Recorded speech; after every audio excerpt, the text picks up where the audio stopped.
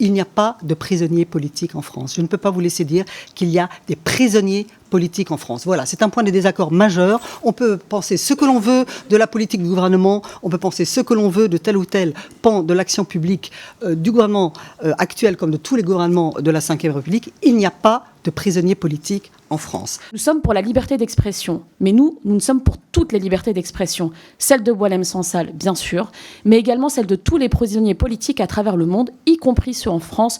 Je pense notamment à Christian Tien, leader indépendantiste kanak, emprisonné à Mulhouse depuis l'an dernier. Vous ne pouvez pas dire, Madame la rapporteure, qu'il n'y a pas de prisonniers politiques dans ce pays. Monsieur Christian Tien et les autres indépendantistes kanak emprisonnés en France, transférés de l'autre bout du monde en France, sont des prisonniers politiques quand le président du Front de Libération Nationale Kanak et Socialiste, la principale organisation de décolonisation et d'indépendance du peuple premier, dont le peuple français a reconnu les droits sur le territoire de Kanaki, Nouvelle-Calédonie, est emprisonné. C'est un prisonnier politique. Quand le Front de Libération Nationale Kanak et Socialiste réclame qu'il participe aux négociations et aux discussions qui commencent en ce moment, font de lui évidemment un prisonnier politique, et cela est un sujet politique quand il va falloir aujourd'hui que le gouvernement tranche si oui ou non M. Théin pourra participer aux discussions à Nouméa. Pardon, mais arrêtons de dire n'importe quoi. Il n'y a pas de prisonniers politiques en France.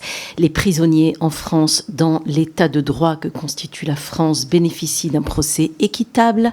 Les prisonniers en France bénéficient de droits à la défense. Les prisonniers en France ne sont pas détenus arbitrairement, sans aucun respect de leurs droits fondamentaux. Les prisonniers en France bénéficient d'une protection par rapport à leur santé. Et il n'y a donc absolument rien à voir entre la détention arbitraire qui s'assimile à une séquestration de M. Boualem Sansal, contrairement d'ailleurs aux droits fondamentaux édictés notamment par l'article 3 de la Convention européenne des droits de l'homme qui proscrit des traitements inhumains et dégradants, entre cette séquestration-là et nos prisonniers.